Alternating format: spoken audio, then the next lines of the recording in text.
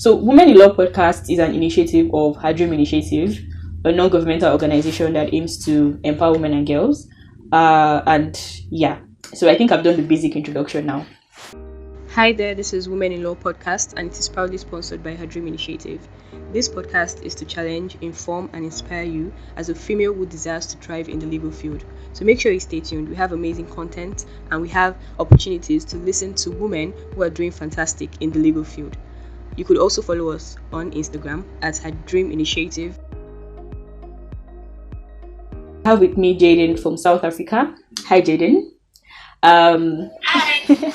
She is a feminist and a gender justice advocate, and I'm really just so glad to have you here today. Thank you for honoring this invitation.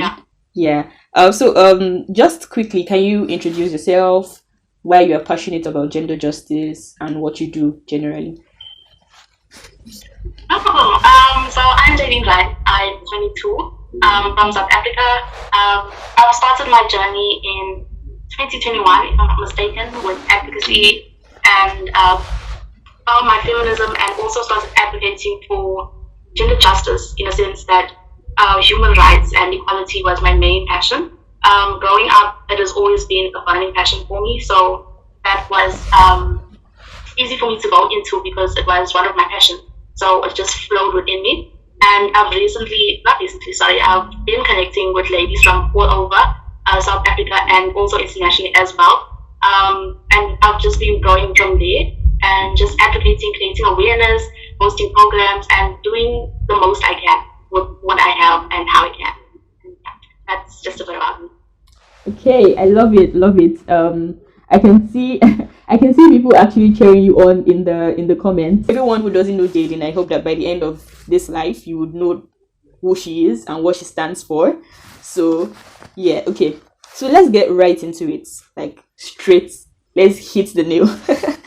How would you assess the current state of gender justice in South Africa? What is your view, basically? I know that the World Economic Forum has a statistics of South Africa being number 3 out of the 10 sub-Saharan African countries when it comes to closing the gender gap. So to outsiders, we think you're doing amazing in South Africa. That's the truth. We think things are very much progressive compared to other sub-Saharan African countries. But I'll be really interested to hear what you think and what your view is. Okay. In South Africa, the current state of gender justice reflects a complex interplay of progress and challenges. Noteworthy advancements are encapsulated like in the legal frameworks like the Domestic Violence Act, which signifies a commitment to addressing issues of domestic abuse.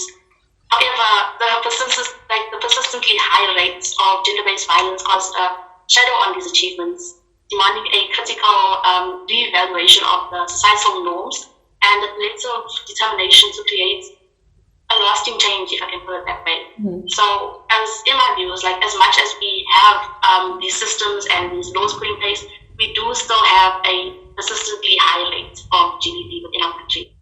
Wow, that's really interesting. Before you joined, I was just mentioning that just like in Nigeria, we have a very fragmented system in terms of laws and policies because we have a particular region operating under a different law, very, very different from the origin to the practice to the enforcement. Everything is different. So it's interesting to know that, practically the same thing is existing in South Africa, only that GBV is one of the top things that you are dealing with. So which leads me to the next question, actually. What areas do you think requires like specific attention? I'll give you a very good example. In some countries right now, what is really, really being a problem is, with everything that has to do with technology-based GBV, basically. I would say the gender pay gap stands as a stark reminder of systemic inequalities that demand redress through targeted legal reforms. Examples like ingrained systemic barriers. Like, for instance, within the workplace, for women to be, to have their rights in the workplace and not be treated differently. I think that's like one of our, I won't say major, but within where I work or my environment, it's one of our major factors. So, just for you to work and do your job and not be treated differently in that position, but to fulfill your full potential, which you know you are capable in doing in that position. That's really interesting that you gave insights into workplace. Are there policies in this light in terms of like recognizing that harassment, abuse can happen in the workplace environment? Has there been any, government efforts in that light to address it? I won't say successful, but like laws and policies that have been put into place with regards to the sexual offences and also the Employment Equity Act, which I will go into. There is basic, I'll say basic, but like laws and policies that are put into place for women and other genders within those spaces, if I'm making sense. So we have done a lot as law-wise, but I feel it's more of enacting out those laws within the company itself, because by law, we are 100% okay, but by enacting those or putting those laws to play, that's where the problem comes in. I'm really learning a lot from everything you're saying, because you're saying that the laws, the policies, and it's just a matter of enforcement. I think that's a good step. But at the same time, you're right, when there is an enforcement gap, it's just like, so what's the point of having these laws in the first place? I'll just dive into the next one, and you've given a little bit of insight into it already, sharing the successful laws and policies. But which one really strikes you, which one really resonates with you? In Nigeria, we were trying to push the bill. It was rejected last year, and we want to push it again this year. Hopefully, we have something that encapsulates gender equality in a single document, in a single legal document. And if that is enacted, I mean, that is going to be one of the most impressive laws we have regarding women's rights in Nigeria. So, do you think there's anyone like that in South Africa that you really, really, agree with? The Impactful Sexual Offences Act, providing a comprehensive framework to combat sexual violence. This legislation, it kind of serves as a deterrent while offering support to survivors, and beyond the statutory frameworks, voluntary initiatives such as the 30% Club demonstrates the potential for private sector engagement in promoting gender diversity by encouraging companies to voluntarily strive for a minimum of 30% representation of women on corporate boards. Wow, that's interesting. I really hope all these bills we're having, in African countries actually get enacted this year. I mean, it's way overdue. It's really, really way overdue. So, what strategies do you recommend for this advocating for strategies against GBV, against sexual violence? I think one thing that we'd like to talk about here is, regarding behavioral changes, the attitude that people have towards gender-based violence, the rape culture, how people even see women. That's a really big factor that we have globally. Everyone is trying to advocate that women are seen and heard, and not seen as inferior or somehow second-class citizens, if that makes sense. I would say advocating against sexual and gender-based violence, it necessitates a multifaceted strategy. Educational initiatives are essential, promoting awareness, and consent is also a major one. Also, healthy relationships and the consequences of gender-based violence. So, just educational and awareness purposes on its own, it weighs a lot, and it's also a major thing that needs to be done, so people are aware of certain things that are happening. Community outreach programs provide crucial support structures and avenues for reporting incidents. That's also a major need. Or if there's an incident that occurs and you need to report it, you don't have a space to report it. The legal reforms the legal reforms are paramount, not only to the stigma penalties, but also for improving the efficiency of the justice system in addressing such crimes. Accessible support services for survivors, that's also a major need, including counseling and safe spaces from a crucial part. Yeah, I love those suggestions. They're very practical, and it's something that can be done. We just need political will and we need as many people to get behind the movement, basically. I was reading an article today, a very interesting one, where a man was, basically saying that, of the opinion, that the women rights movement is, in its sense, outdated. Some people also think, even if we achieve gender equality or we continue to fight for women's rights, there will be a time where women will take over and cause chaos. What have you faced as, an advocate for gender justice? It's because we've been so conditioned throughout generations to accept that women are meant to be lower than, to be under. And because of this patriarchal cycle, or this patriarchy, we've been so oppressed, and to a point where we have believed that even if I'm to be abused, it is my position to stay there and still submit. To even if I am robbed of every right and I'm told a certain thing, that it's still my position to stay in that place because I'm a woman. But now that we've been stepping out and saying, but it's my right, because it is my right to have those things, or to do those things, to say those things, or to even be there. It's like we've now trying to overstep or overcome, when in reality we're just trying to create that balance and say that this is my right, and this is what I'm supposed to be. This is what I'm supposed to be having, like the basics of my reproductive health and my rights when it comes to that. I'm not supposed to be told what to do, but I'm supposed to decide by myself that this is my body. I can now decide what I want to do with it, in a sense that we have laws and policies that are put in place where if I'm in a certain position and I want this particular thing done, then it's my choice. It's also basically just fighting to speak, because back in the day, like generations before, you weren't allowed to speak loud, you weren't allowed to even speak in certain situations, you weren't allowed to be in places, you weren't allowed to wear certain things, you weren't allowed to do certain things, you weren't allowed to work, you weren't allowed to earn no money, you weren't allowed. There was a lot of things that we weren't allowed to do.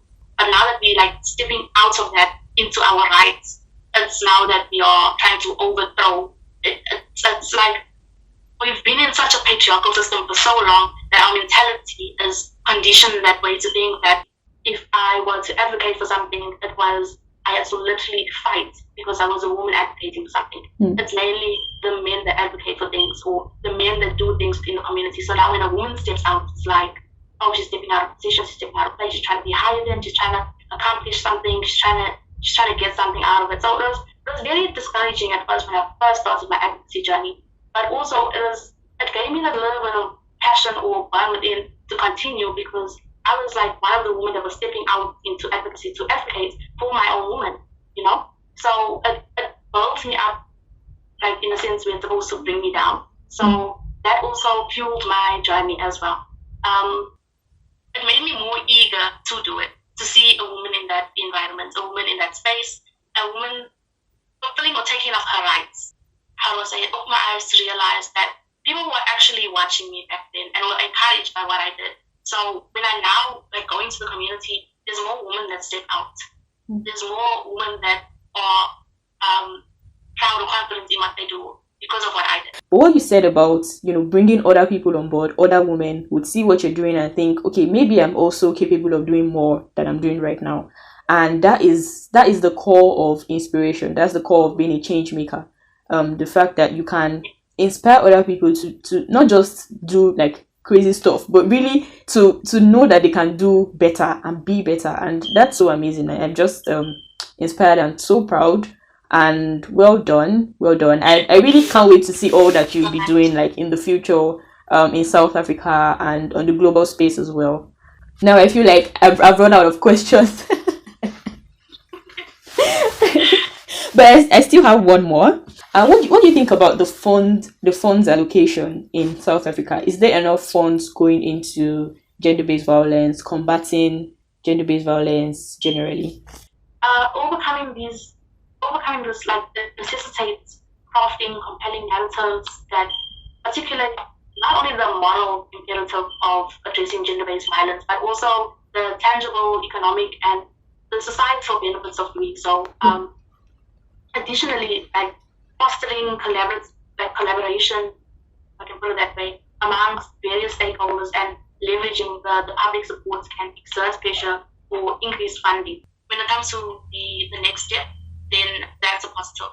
But when it comes to the education and awareness, it's very scarce for the funding, because there is a numerous amount of organizations that are doing the same. Oh, wow. I think that actually makes sense because when you have so many organizations, there is this indirect competition. Like they don't mean to start the competition, but when you have to start applying for grants and applying for certain access to funds and resources and even technical assistance, trying to get like more volunteers, trying to get more facilitators, trying to get counselors and all those people on your organization. By the time you have that influx of organizations all trying to get the same thing, and it's like the resources are scarce.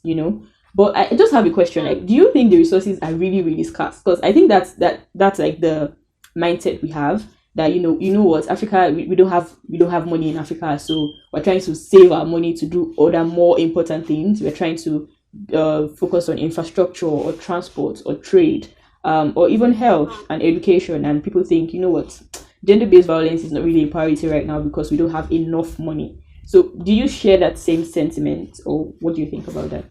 When it comes to the budgets and how the funds are structured for particular sectors, I feel like there is a improportion in that sense, because there's a major need for something, but the budget is not going towards that. That's so what do you think the African community, or the continent of Africa, and even the international community, what do you think they can contribute to ending GBV in South Africa, basically, and just enhancing the rights of women? I know the most obvious one is money. And that is because what we're working with here, we are trying to sponsor bills to become laws. We are trying to build more shelters for women or survivors of sexual violence and gender-based violence. They're trying to get women back on their ground, back on their feet, after they've been abused in any form. Sometimes it's sadly even the case of women who are being trafficked too, is a major one that takes a lot of money to deal with and to fight. So people don't know how much money goes into this, and they're always just like, what do you need money for in your organization? Why do we need to like just donate and give to your organization? What are you doing with the money? Like sharing successful strategies involves a dynamic exchange of knowledge, recognizing the unique challenges and solutions that may be context specific.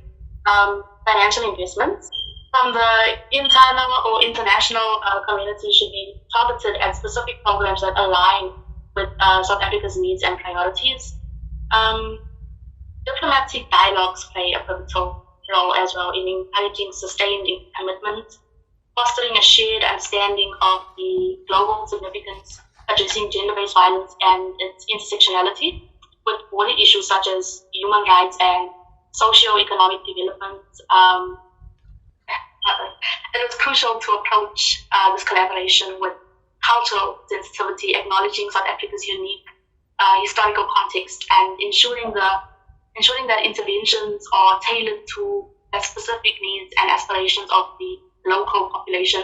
Like when I was speaking earlier with how the budget is set according to the government and not how the local people or the community or the ground people need it to be, and like the factors and things that we are facing. So if it is done in a sense that the needs are actually met for the people, then I feel it will be more effective, or it would be more beneficial when it comes to that.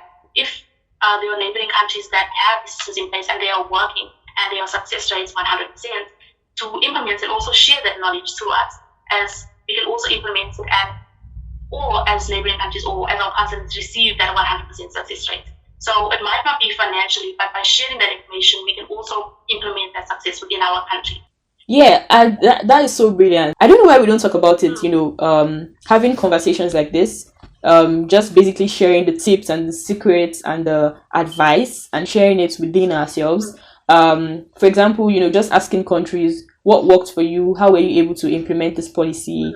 It's so key, that sharing information and just getting ourselves to learn strategies of different countries. And I love the fact that you brought in the African context into it, because many times, no offense to the UN and ECOWAS and international bodies, but I feel that sometimes they try to adopt a strategy that is general. So you're trying to say that this is a solution that can be applied in Netherlands, in New Zealand, but it might not be the same for Kenya or for Nigeria or for South Africa. because we have so much, historical differences, cultural differences. Let's not even talk about the language. I mean, that one is we have differences. South Africa has a very, very rich culture. Same thing with most African countries. So this contributes to the solutions that we'll be developing as a country. And this even goes down to rural communities. Designing solutions for rural communities is very different. And rural communities in Netherlands is different from rural communities in South Africa. It's very, very different. So I love the fact that you mentioned like bringing in the context and keeping in mind that we have like we have different outlooks. We have different ways of viewing gender equality. That is so brilliant. And I just want to thank you for that, because I don't know if you saw me writing. I was literally just making notes and just nodding. I was literally just writing because those tips were so amazing. I mean, just imagine if we have a central policy table where we share these tips and ideas. What worked for you in your country? How were you able to implement this bill to become a law? That is really, like, I'm blown away, honestly. And I feel pumped up because we need to start having these conversations. We need to start telling countries to give us the tea, give us, I think we're bringing in Sierra Leone very soon on this series. I want Sierra Leone to share how they were able to successfully approve their gender equality law last year. It was approved last year, and I'm really curious. I just want to know who was behind that movement and bringing it into force. I have a very small question, not really small, but like just low-key question. What is the government's attitude towards women's rights? You could give context in regards to the president, the legislators, government bodies, parastatals. What do you think is the attitude towards gender equality? Currently, it's a very positive attitude that's been given off. It's very promising, especially when programs are being done by government. It's mainly it's looking positive in those sectors where it comes to women's rights and equality. We are trying to push it as hard as possible, and I can see that our government is full force trying to push it. We are very slowly in the workplace pushing it as well, but with our government, we are hands down with regards to the laws and policies that are put in place when it comes to women's rights and equality. So that is a very positive feedback when it comes from the government with regards to those. But it's implementing it in the private sector that is our major problem. The major problem we are facing, but our government is looking very promising when it comes to that. How recent? Like, is it like a development from last year or? No. But within this decade, there's been a positive shift in the decade. So everything that is now coming out from 1998 till today is positive. Wow. But before that, it wasn't really positive. Like patriarchy was a major thing, so it was just going downhill. But now we had a positive shift, and it was. And this is what development looks like. That you get better in terms of like laws and policies. And yeah, well done. I mean, it's obvious. The World Economic Forum already gave their statistics that South Africa has actually moved up since even 2021. They moved up by some percentage, and now they are number 3, in sub-Saharan Africa. And I think that is really impressive. It shows that development is being made slowly, slowly but surely. I mean, that's really impressive.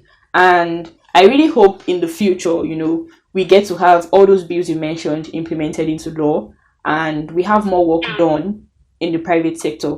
I think with regards private sector, we just need to keep advocating for people to see the economic benefits of, promoting the rights of women. Okay, I've officially exhausted all my questions, and this was amazing. I have learned so much. I feel like I have, this session itself has brought me so much knowledge, and I'm really excited, the points I have written down. I can't wait to just go through them and develop more conversations from it. So thank you, Jadean. Such a pleasure. Really, really glad. This is a series, so we'll be back in 2 weeks with another country talking about another law or another policy that we have existing in a particular state. So we hope to see you again. Thank you, Jadean. I really wanted to ask about your future plans. What do you intend to do? The future of women's rights for you? What part of your career are you looking at? Are you looking into consulting, policy? I think you'll be really good in policy, by the way. So what are you looking into? I will look into that. But recently, or what I'm especially looking into is the advocacy part of the feminism and the social justice. So that's where my passion currently is when it comes to advocacy. So you will be seeing me in a lot of those sections or those sites or settings. Especially when I advocate, I tend to drift into those kind of sectors. Not intentionally though, so that's why I feel like my passion is there, because it continues, like when I'm advocating or when I'm speaking, I'll just drift into that. But that's where I currently am. I'm also part of like a piloting group, so we are creating future feminist or future activists in a sense of social justice. So we are looking at another group coming out of this. So in those sections or in those sectors is where I'm currently heading. We're all just cheering you on and letting you know that we are absolutely rooting for you. We hope to see you in those seats that you are, aspiring to be on. Mm-hmm. And we hope to see you, continuing the movement and just inspiring others and changing lives. Thank you so much for your time. And thank you for joining. I really enjoyed it. Thank you so much. So thank you for joining the Women in Law podcast. We'll catch you later. Bye.